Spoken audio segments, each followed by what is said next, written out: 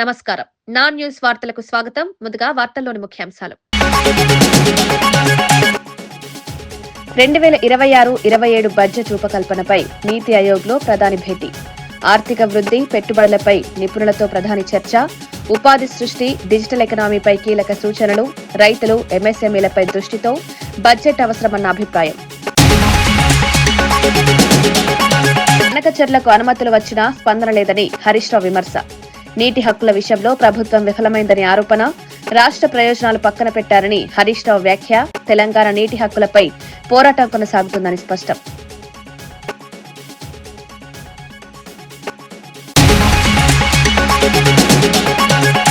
సంక్రాంతి ప్రయాణికులకు టోల్ మినహాయించాలని కేంద్రానికి లేఖ. ప్రజలపై ఆర్థిక భారం తగ్గించాలన్న మంత్రి కోమటిరెడ్డి.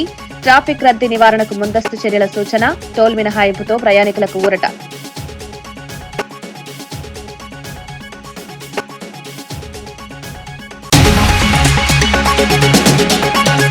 స్కీమ్ల పేర్లు మార్చి ప్రయోజనాలను మోసం చేస్తున్నారన్న వేణుగోపాలకృష్ణ విమర్శ. సూపర్ 6 పథకాలు విఫలమయ్యాయని ఆరోపణ. పాలనలో పారదర్శకత లేదని మాజీ మంత్రి వ్యాఖ్య. ప్రజల నమ్మకాన్ని ప్రభుత్వం నిలబెట్టుకోలేకపోయిందని ఆరోపణ.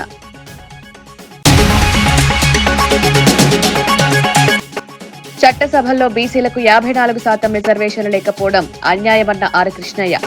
ప్రైవేట్ రంగంలో బీసీలకు ప్రాతినిధ్యం లేదని విమర్శ. కులగణన ద్వారానే సామాజిక న్యాయం సాధ్యమని డిమాండ్. జనాభా ఆధారంగా రిజర్వేషన్లు అమలు చేయాలని పిలుపు. బనకచెర్ల ప్రాజెక్టుకు అవసరమైన కీలక అనుమతులు సిడబ్ల్యూసీ నుంచి వచ్చాయని, అయినా తెలంగాణ ప్రభుత్వం స్పందించకపోవడం ఆశ్చర్యకరమని మాజీ మంత్రి హరీష్ రావు విమర్శించారు. అనుమతులు వచ్చినా ప్రభుత్వం పడుకున్నట్లు నటిస్తోందా అంటూ ఘాటు వ్యాఖ్యలు చేశారు.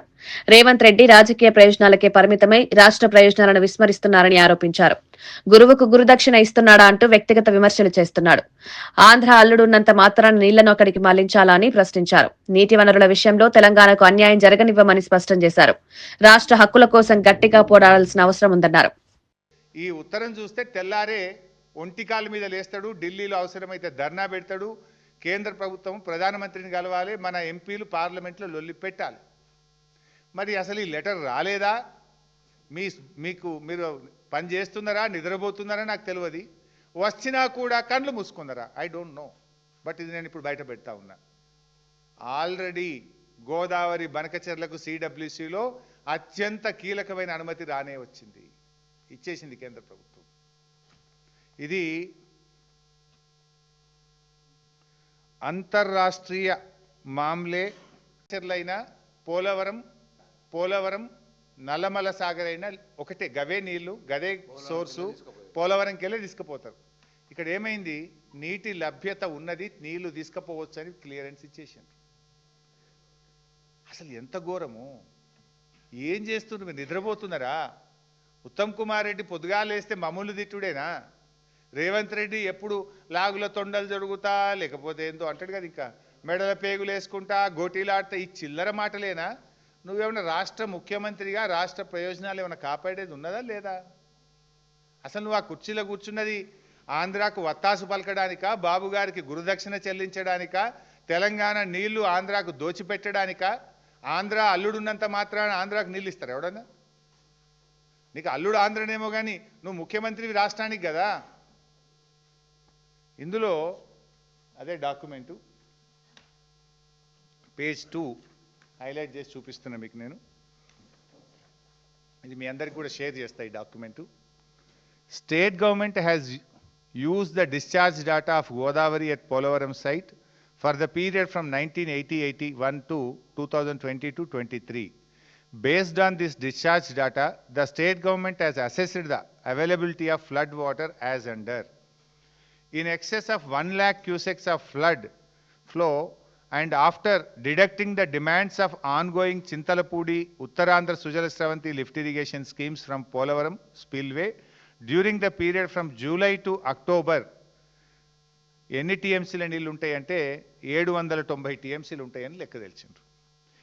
In excess of 3 lakh cusecs of flow during July to August and 1 lakh cusecs of flow during September to October, and after deducting the demands of ongoing Chintalapudi and Uttarandhra Sujal Sravanti lift irrigation schemes from Polavaram spillway 418 టీఎంసీలు ఉంటాయి. అంటే 1,00,000 క్యూసెక్కుల flood పైన పోలవరం మీద ఎంత ఉంటాయి అంటే 790, 3,00,000 క్యూసెక్కుల మీద ఫ్లడ్ ఎంత ఉంటుంది అంటే 418 టీఎంసీలు ఉంటాయి అని లాస్ట్కి వాళ్ళ కంక్లూజన్ నేను చదివేది. As the proposed diversion of 200 TMC of flood water from Godavari river during the period from July to October after deducting the demands of aforesaid lift irrigation schemes in both the above mentioned cases is lower than the availability of flood water, 75% dependability discharge of Polavaram Dam. Therefore, the proposal appears to complain to Annex G of the GWTD decision. Signed by Manoj Kumar, date 30 July 2025, సమయం 1:37 సంక్రాంతి పండుగకు వెళ్లి వచ్చే వాహనాలపై toll వసూలు చేయొద్దని కోరుతూ మంత్రి కోమటిరెడ్డి కేంద్ర మంత్రి నితిన్ గడ్కరీకి లేఖ రాశారు. పండుగల సమయంలో సుదీర్ఘ ప్రయాణాలు చేసే ప్రజలకు ఆర్థిక భారం తగ్గించాలన్నదే లక్ష్యమన్నారు. ప్రయాణికులు రోడ్డు భద్రతపై జాగ్రత్తలు పాటించాలని సూచించారు. ట్రాఫిక్ రద్దీ నివారణ, అత్యవసర సేవలు నిరంతరం అందుబాటులో ఉంచాలని అధికారులను ఆదేశించారు. పండుగ వేళల్లో ప్రజలకు ఇబ్బందులు తలెత్తకుండా కేంద్రం సహకరించాలని విజ్ఞప్తి చేశారు. ఈ నిర్ణయం అమలైతే లక్షలాది ప్రయాణికులకు ఊరట కలుగుతుందన్నారు. అటు అబ్దుల్లాపూర్ మెట్ తూప్రాన్ నుంచి మొదలు పెడితే విజయవాడ వరకు కంప్లీట్ గా గంటలు ఇలా లక్షల వెహికల్, దాదాపు మా లెక్క ప్రకారం 10 లక్షల వెహికల్స్ పోయినసారి 9,97,000 వెహికల్స్ హైదరాబాద్ కి private vehicles other than private buses, కార్లు, 600 ట్రైన్లు కాక పోయినట్టు లెక్కలు ఉన్నాయి. దాని అందుకే అడ్వాన్స్ గా ఈ రోజు ఉదయం 9 గంటలకు వెళ్లి రివ్యూ చేస్తూ నేషనల్ హైవే ఆర్ఓస్, మా special chief secretary Vikas Raj గారు, సూర్యాపేట, నల్గొండ, భువనగిరి, రంగారెడ్డి జిల్లా జాయింట్ కలెక్టర్ గారు రావడం జరిగింది. మిగిలిన 3 జిల్లాల కలెక్టర్లు, ఎస్పీలు, మొట్టమొదటిసారి ఈఎన్సీలు ఆర్ఎంఈకి సంబంధించి ఈ రోజు రాత్రికి వెళ్లే అన్ని ఎక్కడ కూడా ట్రాఫిక్ ఆగకుండా పోవాలి. టోల్ గేట్ల దగ్గర ఎక్కువ పెంచే విధంగా తీసుకోవాలి కౌంటర్స్. దాంతో పాటు గతంలో మనకు ఎక్కడెక్కడ యాక్సిడెంట్ స్పాట్స్ ఉన్నాయో యాక్సిడెంట్ స్పాట్ దగ్గర మొత్తం గ్రామాలకు వెళ్ళి క్లోజ్ చేసుకుంటూ యూటర్న్ దూరమైన సరే యూటర్న్ కొట్టాలని, అందులో రామేజ్ ఫిలిం సిటీ దగ్గర కూడా క్రాసింగ్ దగ్గర కూడా ఇబ్బంది అవుతుంది. ఇలా కొన్ని పాయింట్లు గుర్తుకొచ్చుకుంటే సుదీర్ఘంగా 5 గంటల పాటు మొట్టమొదటిసారి 10 రోజుల ముందే ఏర్పాట్లు చేస్తున్నాం. ప్రజలందరికీ పండుగకు వెళ్లే ప్రజలందరికీ కూడా హామీ ఇస్తున్నాం. ఈసారి ఎటువంటి ఇబ్బంది లేకుండా త్వరగా క్షేమంగా మీరు కూడా స్లోగా వెళ్ళండి. అన్ని వసతులు ఏర్పాటు చేస్తున్నాం. అంబులెన్స్లు, క్రేన్స్, డాక్టర్స్ మధ్యలో, ఎందుకంటే ఎవరైనా పెద్దవాళ్ళు లేట్ అయినా కానీ. ఇంకొకటి ముఖ్యమైనది, మా ఆర్ఎన్బి స్పెషల్ చీఫ్ సెక్రటరీ గారే ట్రాన్స్పోర్ట్ సెక్రటరీ కాబట్టి ఆయన ద్వారా ట్రాన్స్పోర్ట్ కమిషనర్ ద్వారా అక్కడ నల్గొండ, చౌటుప్పల్ ఆ ఏరియాలో చాలా ఇండస్ట్రీస్ ఉన్నాయి. హెవీ వెహికల్స్ ఏది లేకుండా 8th, 9th, 10th, 11th ఈ 4 రోజులు హెవీ వెహికల్స్ అవి ఎవరు కూడా ఇండస్ట్రీ వాళ్ళు ఆ వెహికల్స్ ని బయటికి పంపకుండా త్వరగా చేరుకునే విధంగా అన్ని ఏర్పాటు చేయడం జరిగింది. మళ్ళీ రిటర్న్ లో వచ్చేటప్పుడు కూడా తీసుకోవాల్సిన చర్యలు గాని, ఇది ఫస్ట్ టైం ఆర్ఎన్బి డిపార్ట్మెంట్ ఎప్పుడు కూడా ఇలాంటి మీటింగ్ అన్ని ఏర్పాటు చేసి ఇంక్లూడింగ్ క్రేన్లతో సహా ఎన్ని కిలోమీటర్లకు క్రేన్ పెట్టారు.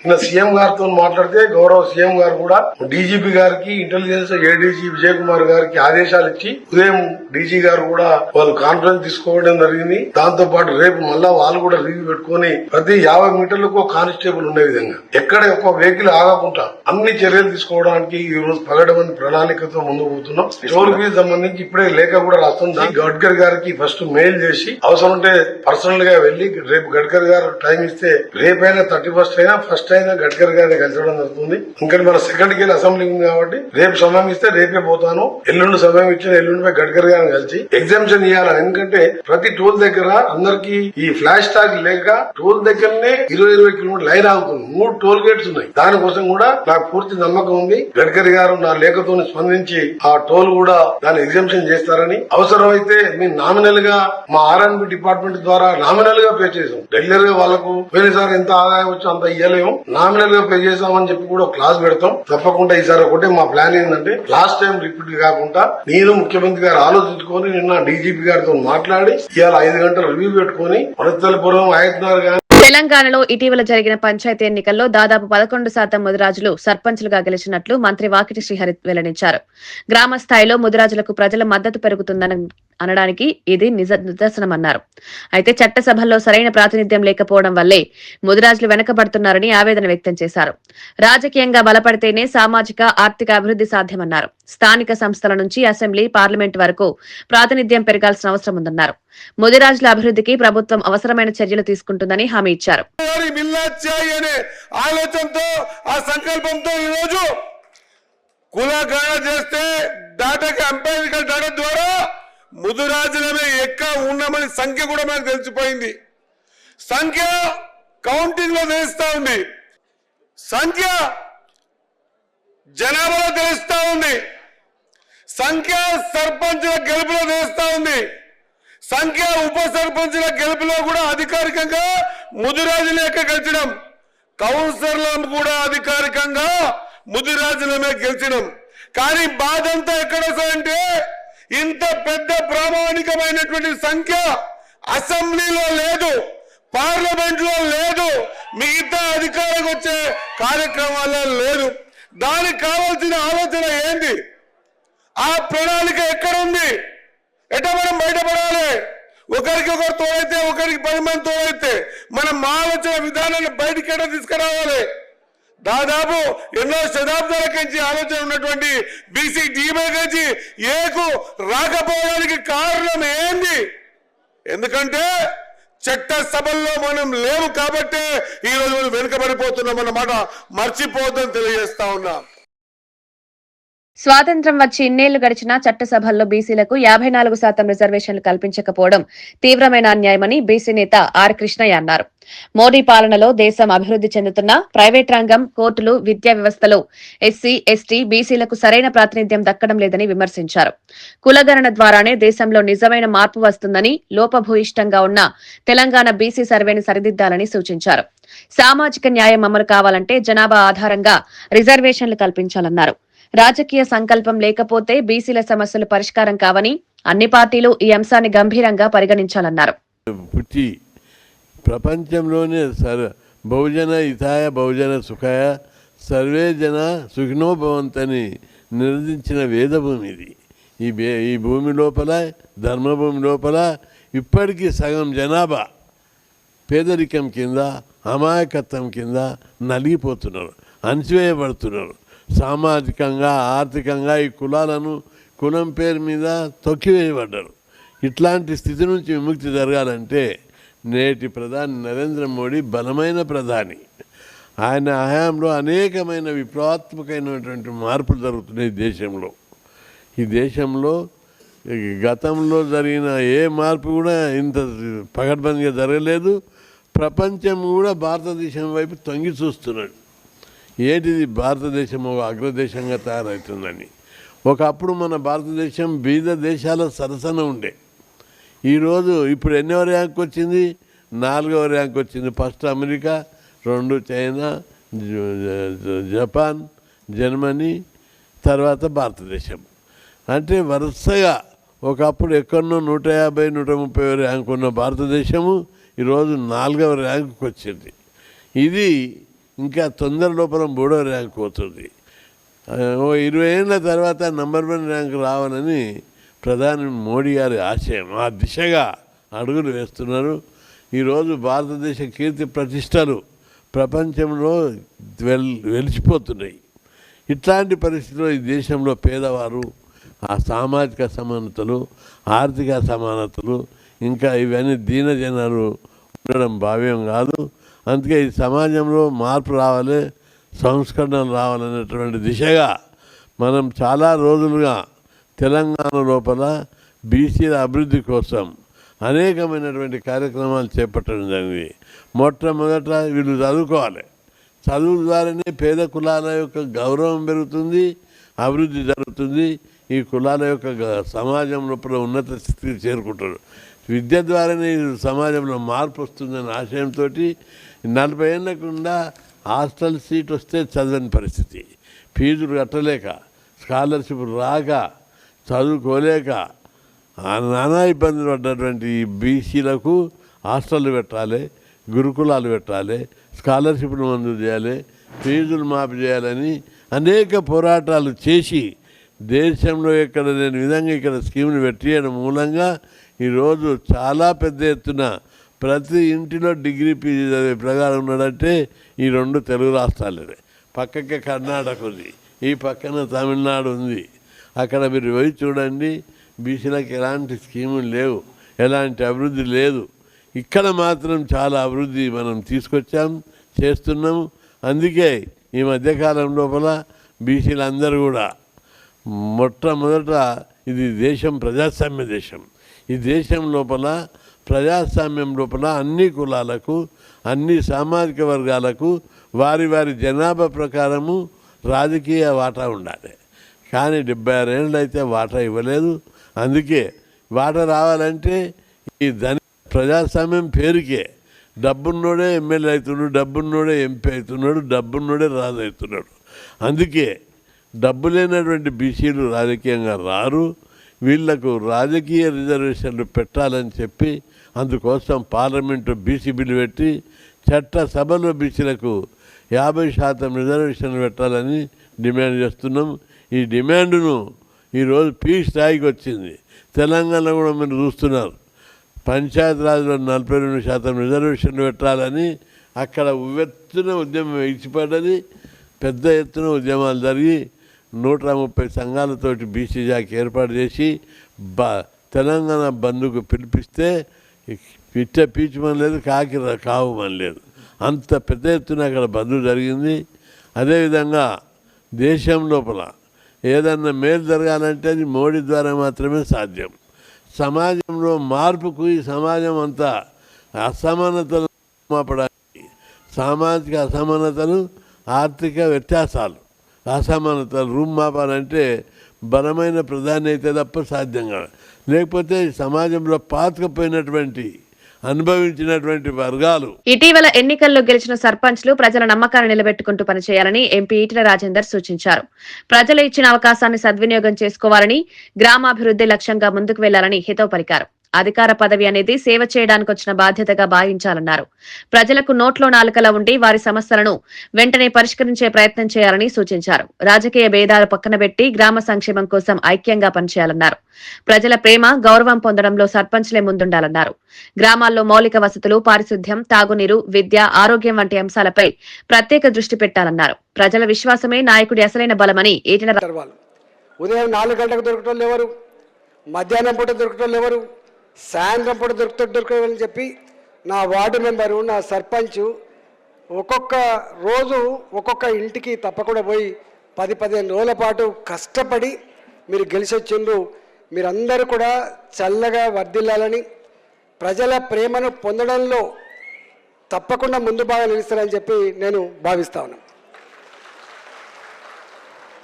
ఒకవేళ కనుక ఇంకా ఈ డబ్బుల మాయ కనుక లేకపోయి ఉంటే ఇంకా ఇంతమంది సర్పంచ్ గెలిచి వచ్చే ఆస్కారం ఉండే. మీ అందరికీ నేను చేసే ఒక విజ్ఞప్తి ఏంటంటే, అవకాశం అందరికి రాదు,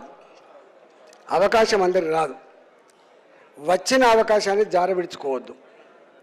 ఇగో పలాని మా సారణకు సర్పంచ్ చేస్తే గొప్పగా పనిచేసిండు అనేటువంటి పద్ధతి మాత్రం తప్పకుండా రావాలి. మీరందరూ ఏ విధంగానైతే ఇంటింటికి పోయి వాళ్ళ ఆశీర్వాదం పొందిండ్రో, వాళ్ళు ఓట్లను అడిగినరో, వాళ్ళకు సమస్యల పరిస్థితి అని చెప్పిండ్రో, మీరందరూ కూడా నోట్ల నాలుకలాగా ఉండి మీ ప్రజలు ఏ విశ్వాసాన్ని, ఏ నమ్మకాన్ని అయితే మీద పెట్టిండ్రో ఆ విశ్వాసాన్ని తూచా తప్పకుండా అమలు చేస్తారని చెప్పి మీకు ఆశిస్తున్నా. రాబోయే 2026-27 కేంద్ర బడ్జెట్ రూపకల్పనపై ప్రధాని మోదీ నీతి ఆయోగ్లో ప్రముఖ ఆర్థికవేత్తలతో కీలక సమావేశం నిర్వహించారు. ఈ భేటీలో దేశ ఆర్థికాభివృద్ధిని వేగవంతం చేయడం, పెట్టుబడుల ఆకర్షణ, ఉపాధి సృష్టి వంటి అంశాలపై విస్తృతంగా చర్చించారు. ఆర్థిక మంత్రి నిర్మలా సీతారామన్తో పాటు ఉన్నతాధికారులు సమావేశానికి హాజరయ్యారు. వృద్ధి రేటు పెంపు, మౌలిక వసతుల అభివృద్ధి, డిజిటల్ ఎకనామీ బలోపేతం వంటి అంశాలపై సూచనలు తీసుకున్నారు. రైతులు, ఎంఎస్ఎంఈలు, యువతపై దృష్టి సారించి బడ్జెట్ అవసరమని నిపుణులు సూచించారు. దీర్ఘకాలిక ఆర్థిక స్థిరత్వం సాధించేలా వ్యయ ప్రాధాన్యతలు నిర్ణయించాలని సమావేశంలో అభిప్రాయపడ్డారు. 2026లో జరగనున్న పశ్చిమ బెంగాల్ ఎన్నికల్లో 3/2 మెజారిటీతో బీజేపీ అధికారంలోకి వస్తుందని కేంద్ర హోంమంత్రి అమిత్ షా ధీమా వ్యక్తం చేశారు. కోల్కతాలో నిర్వహించిన మీడియా సమావేశంలో ఆయన మాట్లాడారు. తృణమూల్ కాంగ్రెస్ ఎన్నికల లబ్ధి కోసం చొరబాటుదారులను ప్రోత్సహిస్తోందని ఆరోపించారు. బీజేపీ ప్రభుత్వం అధికారంలోకి రాగానే బెంగాల్ నుంచి చొరబాటుదారులను బహిష్కరిస్తామన్నారు. మమతా బెనర్జీ ప్రభుత్వం భూమి ఇవ్వకపోవడం వల్లే భారత్ బంగ్లాదేశ్ సరిహద్దుల్లో ఫెన్సింగ్ పూర్తి కాలేదన్నారు. బెదిరింపు హింసాత్మక రాజకీయాల్లో టీఎంసీ లెఫ్ట్ పార్టీలను మించిపోయిందని విమర్శించారు. బెంగాల్ ప్రజలు మార్పు కోరుకుంటున్నారని అమిత్ షా అన్నారు.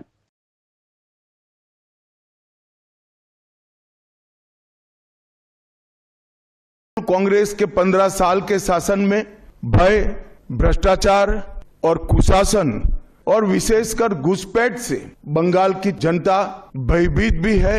बंगाल की जनता को और वादा भी करना चाहते हैं कि मोदी के नेतृत्व में बंगाल में भारतीय जनता पार्टी की सरकार बनने के साथ ही यहाँ की विरासत को हम पुनर्जीवित करेंगे और गरीब कल्याण जो बंगाल का आज बहुत महत्वपूर्ण मुद्दा बना है, यहाँ पर भी गरीब कल्याण को प्राथमिकता दी जाएगी। एक ऐसी मजबूत राष्ट्रीय ग्रिड बनाएंगे जो बंगाल से घुसपैठ को समाप्त कर दे। इंसान छोड़ दीजिए, परिंदा भी पैर नहीं मार पाए, इस प्रकार की एक मजबूत ग्रिड की रचना हम करेंगे और न केवल घुसपैठ रोकेंगे, सारे घुसपैठियों को चुन चुन कर भारत के बाहर निकालने का काम भी భారతీయ జనతా పార్టీకి బంగాల్ సర్కార్ కరే. స్కీమ్ల పేర్లు మార్చి ప్రజలను మోసం చేయడంలో చంద్రబాబు ప్రభుత్వం విజయవంతమైన, పాలనలో మాత్రం పూర్తిగా విఫలమైందని మాజీ మంత్రి చెల్లుబోయిన వేణుగోపాలకృష్ణ విమర్శించారు. సూపర్ 6 అంటూ ప్రకటించిన పథకాలన్నీ అట్టర్ ఫ్లాప్ అయ్యాయన్నారు. స్కీములు లేవు కానీ స్కామ్లు మాత్రం విస్తృతంగా జరుగుతున్నాయని ఆరోపించారు. ప్రజల సంక్షేమం పక్కన పెట్టి పేరు మార్పులతోనే పాలన సాగిస్తున్నారని మండిపడ్డారు. ఎన్నికల హామీల అమలులో ప్రభుత్వం ఘోరంగా విఫలమైందన్నారు. ప్రజలిచ్చిన నమ్మకాన్ని నిలబెట్టలేకపోతే పాలకులకు ప్రజలే బుద్ధి చెప్తారని హెచ్చరించారు. పాలనలో పారదర్శకత లేకపోవడమే రాష్ట్రానికి నష్టం కలిగిస్తోందన్నారు. ఆయన చేసిన ప్రతి అంశము రాజధాని నిర్మాణంలో స్కామ్, కాంట్రాక్టర్లకు పెంచి బిడ్లు కన్ఫర్మ్ చేసి కమిషన్లు తీసుకోవడం ప్రపంచం అంతా చూస్తూ ఉంది. కంపెనీలకు స్థలాల కేటాయింపు పేరుతో 99 పైసలకి భూములు లీజుకిచ్చి కోట్లాది రూపాయల భూముల్ని తన వాళ్ళకి అప్పచెప్పడం ద్వారా తాను పొందుతున్నటువంటి లాభం గురించి ప్రజలు చర్చించుకుంటున్నారు. ఈ రాష్ట్రంలో నూతనంగా ఒక పెన్షన్ పొందలేని పేదవాడు మీ పాలనలో మంచి జరుగుతుందని ఆశించి ఓటు వేసి కుమిలిపోతున్నాడు, కుప్పకూలిపోతున్నాడు. భూములిచ్చిన రైతు ప్రాణాలు వదిలాడే. దానికంటే ఉదాహరణ ఏముంది? మీరు మోసం చేశారంటానికి, మీ ప్రభుత్వం బాధ్యత రాహిత్యంగా పనిచేసిందని అంటానికి. భూమినిచ్చిన రైతు వాగులో నాకు పట్టా ఇస్తారా, నా ఇల్లు నేను ఇవ్వనని చెప్పి ప్రాణాలు వదిలాడే. ఇంతకంటే వైఫల్యం ఏముంది? మీకు లాభం చేకూరే ప్రతి పనిలోనూ స్వార్థమే ఉంది తప్ప ప్రజలకు ప్రయోజనం లేదని ప్రజలు చర్చించుకుంటున్న విషయాన్ని చంద్రబాబు నాయుడు గారు గమనించాలి. మీరొక్కడేనా ఆశిస్తున్నారు ఈ రాష్ట్రంలో భయాన్ని సృష్టించాలి, ఈ రాష్ట్రంలో వ్యవస్థలన్నింటినీ కూడా గుప్పిట్లో పెట్టుకోవాలి అనేటువంటి ఆలోచన? నేను అడుగుతున్నాను, నేను కోరుతున్నాను, ఈ రాష్ట్రంలో యూనిఫారం వేసుకున్న పోలీస్ శాఖను గాని, ప్రజాధనంతో ప్రజల దగ్గర గౌరవం పొందేటువంటి ఉద్యోగ వ్యవస్థలను గాని మీరు ప్రజలకు జవాబుదారీ. ఈ ప్రభుత్వం మీకు జీతాలు ఇస్తున్నా, మీకు హోదాలిచ్చి గౌరవాన్ని పెంపొందిస్తున్నా, దానికి కారణం ప్రజలు. మీరు పనిచేయాల్సింది ప్రజలకు జవాబుదారీగా. ప్రజా సమస్యలు తెలిసిన మీరు వాటి పరిష్కారం కోసం ఎక్కడైనా అలసత్వం గాని లోపం గాని చేస్తే నష్టపోతారు ప్రజలు. మీ వృత్తి ధర్మానికి అది విఘాతం, మీ వృత్తి ధర్మానికి అది చెడు. ఇవాళ పాలకుడు నిర్ణయాలకి జీవనశైలి మార్పులు, ఆహారపు అలవాట్ల కారణంగా ప్రజల్లో క్యాన్సర్ కేసులు పెరుగుతున్నాయని ఎంపీ భరత్ ఆందోళన వ్యక్తం చేశారు. విశాఖలోని మహాత్మాగాంధీ క్యాన్సర్ ఆసుపత్రిలో టోమోథెరపీ మిషన్ ను ఆయన ప్రారంభించారు. ఆధునిక వైద్య సాంకేతికతతో క్యాన్సర్ చికిత్స మరింత సమర్థవంతంగా మారుతుందన్నారు. ముందస్తు గుర్తింపు, అవగాహన ద్వారానే క్యాన్సర్ నియంత్రించవచ్చన్నారు. ఆరోగ్యకరమైన ఆహారం, వ్యాయామం, అలవాట్లు మార్పు అవసరమని సూచించారు. క్యాన్సర్ చికిత్సలో విశాఖ కేంద్రం కీలక పాత్ర పోషిస్తుందన్నారు. ప్రజలకు నాణ్యమైన వైద్య సేవలు అందించడమే ప్రభుత్వ లక్ష్యమని ఎంపీ భరత్ స్పష్టం చేశారు. ఇవాళ మొదటి టోమోథెరపీ ఎక్విప్మెంట్ ఇవాళ మహాత్మా గాంధీ హాస్పిటల్ విశాఖపట్నంలో ప్రారంభించడం జరిగింది. క్యాన్సర్ వ్యాధి విపరీతంగా సమాజంలో పెరుగుతుంది. అనేక కారణాల వల్ల మధ్యతరగతి కుటుంబాలు, పేద కుటుంబాలకు వచ్చినప్పుడు ఆరోగ్యశ్రీ కవర్ చేసిన ఒకసారి ట్రీట్మెంట్ అయిపోయిన తర్వాత కొన్ని నెలల తర్వాత మళ్ళీ క్యాన్సర్ వస్తే ఆ రెండోసారి మళ్ళీ ఆరోగ్యశ్రీ ఒకవేళ కవర్ చేయకపోతే ఒకరు వాళ్ళ ఇల్లు, వాళ్ళ ఆస్తి అన్నీ పోగొట్టుకుని రోడ్డు మీదకి వచ్చే పరిస్థితి ఇవాళ చాలా కుటుంబాల్లో చూస్తున్నాము. సో ఇది చాలా బాధాకరమైన ఇష్యూ. అండ్ దీన్ని ఎట్లా మనం ట్యాకిల్ చేయాలి, మేము బసతారకంలో కూడా ఆలోచిస్తున్నాము, ఇక్కడ మహాత్మా గాంధీ హాస్పిటల్ కూడా ఆలోచిస్తున్నారు. So good, I'm happy that ఇట్లాంటి ఒక ఎక్విప్మెంట్ ఇక్కడ ఇన్స్టాల్ అయింది అని we wish the hospital all the best. But ప్రధానంగా హాస్పిటల్ కూడా కోరేది ఏంటి అంటే భారతదేశపు తదుపరి తరం ధ్రువ్ ఎన్జీ హెలికాప్టర్ ను పౌర విమానయాన శాఖ మంత్రి రామ్మోహన్ నాయుడు బెంగళూరులో అధికారికంగా ప్రారంభించారు. హిందుస్థాన్ ఏరోనాటిక్స్ లిమిటెడ్ అభివృద్ధి చేసిన ఈ హెలికాప్టర్ సివిల్ ఏవియేషన్ మార్కెట్ ను లక్ష్యంగా చేసుకుని రూపొందించారు. ప్రస్తుతం వినియోగంలో ఉన్న ధ్రువ్ హెలికాప్టర్ తో పోలిస్తే ఇది మెరుగైన ఇంజిన్ సామర్థ్యం, భద్రతా ప్రమాణాలు, అధునాతన ఆవియోనిక్స్ వ్యవస్థలతో రూపొందినట్లు అధికారులు తెలిపారు. ప్రారంభోత్సవానంతరం హెలికాప్టర్లోని సాంకేతిక అంశాలను మంత్రి సమీక్షించారు. దేశీయంగా తయారైన విమానయాన పరికరాలను ప్రోత్సహించడమే ప్రభుత్వ లక్ష్యమని రామ్మోహన్ నాయుడు తెలిపారు. ఈ హెలికాప్టర్ ద్వారా air ambulance, cargo, tourism, service రంగాల్లో కొత్త అవకాశాలు ఏర్పడతాయని పేర్కొన్నారు. మేక్ ఇన్ ఇండియా కార్యక్రమానికి ఇది మరో మైలురాయిగా నిలుస్తుందన్నారు.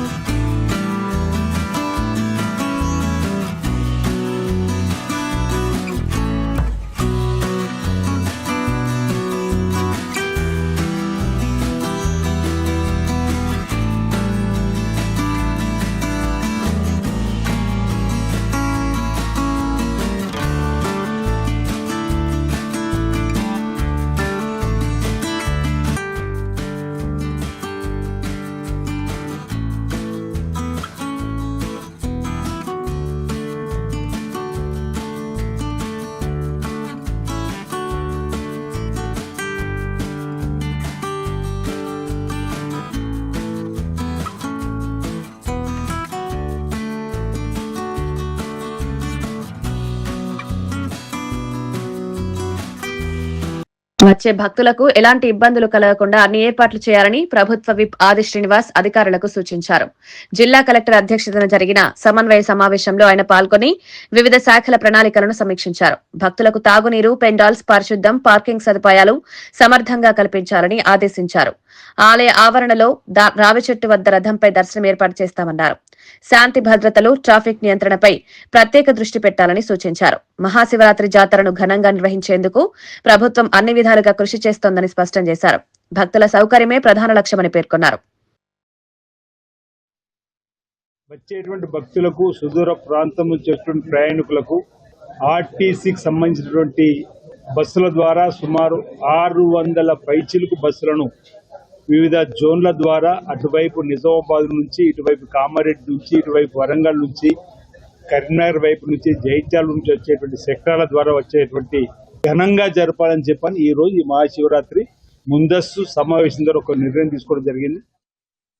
వార్తలు ముగించే ముందు ముఖ్యాంశాలు మరోసారి. 2026-27 బడ్జెట్ రూపకల్పనపై నీతి ఆయోగ్లో ప్రధాని భేటీ. ఆర్థిక వృద్ధి, పెట్టుబడులపై నిపుణులతో ప్రధాని చర్చ.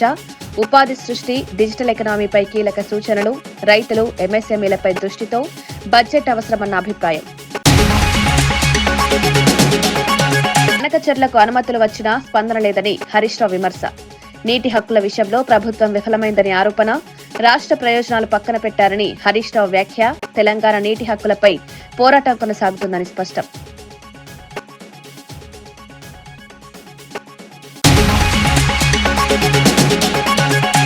సంక్రాంతి ప్రయాణికులకు టోల్ మినహాయించాలని కేంద్రానికి లేఖ, ప్రజలపై ఆర్థిక భారం తగ్గించాలన్న మంత్రి కోమటిరెడ్డి. ట్రాఫిక్ రద్దీ నివారణకు ముందస్తు చర్యల సూచన, టోల్ మినహాయింపుతో ప్రయాణికులకు ఊరట.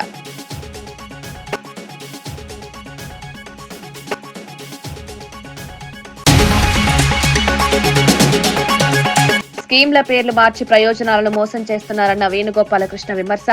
సూపర్ 6 పథకాలు విఫలమయ్యాయని ఆరోపణ, పాలనలో పారదర్శకత లేదని మాజీ మంత్రి వ్యాఖ్య. ప్రజల నమ్మకాన్ని ప్రభుత్వం నిలబెట్టుకోలేకపోయిందని ఆరోపణ.